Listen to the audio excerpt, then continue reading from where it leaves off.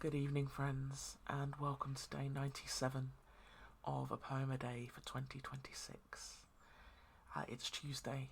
I'm recording much earlier than usual. I think it's just gone 2 o'clock. I've not long logged off from work, and I'm capitalising on the fact that I'm still sat at my desk. I've logged off because I'm in quite a lot of pain today. Was in immense amounts of pain last night and pushed myself through some work this morning so that I wouldn't be marked down as a day of absence. Playing the system, I don't know. But yeah, I'm doing this now so that I can just kind of go and pass out, basically. And know it's taken care of, and hopefully I'll be close to my baseline by later this evening, moving towards tomorrow. So yeah, that's the plan. So let's dive straight into our poem, in what will be a semi-warm book. The lettering is continuing to wear, trying to get a bit of reflection on it. Yeah, it's getting there. Let's see what we've got then on today. Ooh, interesting. Just move that. So today we have an excerpt. I haven't had an excerpt for a while. From the Prologue to the Canterbury Tales by Geoffrey Chaucer. I remember studying these at school. And our blurb reads as follows. These are the opening lines to one of the greatest works in English literature, Chaucer's Canterbury Tales. Written in Middle English, it is sometimes easier to make sense of the language when speaking it aloud. The narrator speaks of the day in April when he first joins pilgrims at the Southwark pub to set out on the road to Canterbury. So I apologise in advance for how this may sound. Obviously, I am not fluent in Middle English. And it's, as I mentioned, I read this at school. I read a lot of Canterbury Tales at school, but that's quite a long time ago. So this is an excerpt from the Prologue to the Canterbury Tales by Geoffrey Chaucer.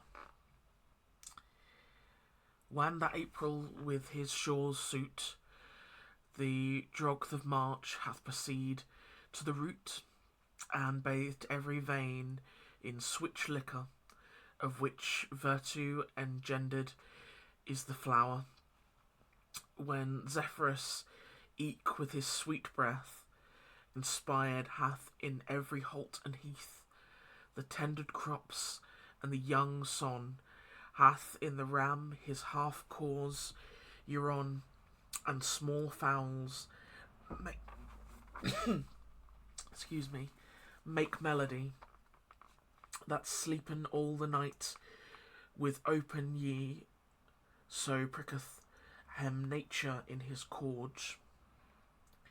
Than longen folk to goon on pilgrimages, and palmers for to seeken strange stronds, to fern holes, cothe in sundry lawns, and specially from every shire's end of England to Canterbury they wend, the holy blissful martyr for to seek, that hem hath hopen one that they were seek. Befall that in that season on a day, in Southwark at the tabard as I lay, ready to wenden on my pilgrimage to Canterbury with full devout courage, at night were come into that hostelry well nigh and 20 in a companionage of sundry folk by adventure ye fail, in fellowship and pilgrims were they all, that toward Canterbury Walden ride.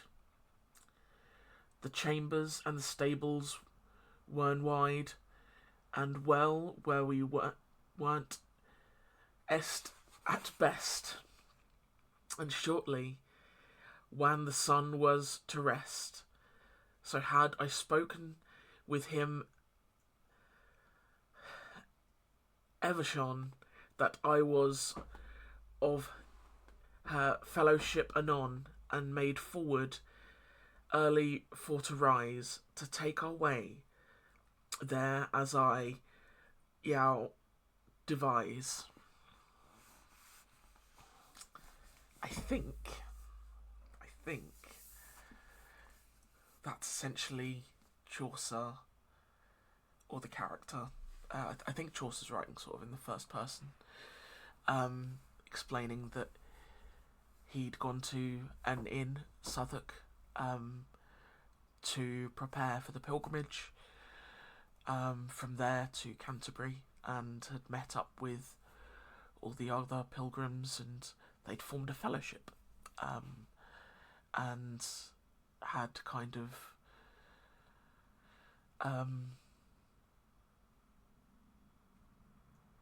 vowed himself to them, so to speak.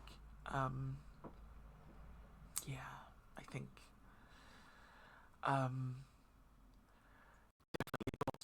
about 5 lines into that and was thrown back to being about 13, 14, and the pure fear of reading aloud in class. The fear that only came when I was uncertain about things, which, to be fair, at 13 or 14 was most of the time. So yeah, that was interesting. I know we've had some older pieces with some older language in it, but that nothing quite so full on as Middle English as the Canterbury Tales. That's, as challenging as that was, it was quite a fond memory. I hope you enjoyed it. Yeah, I am now going to go and rest.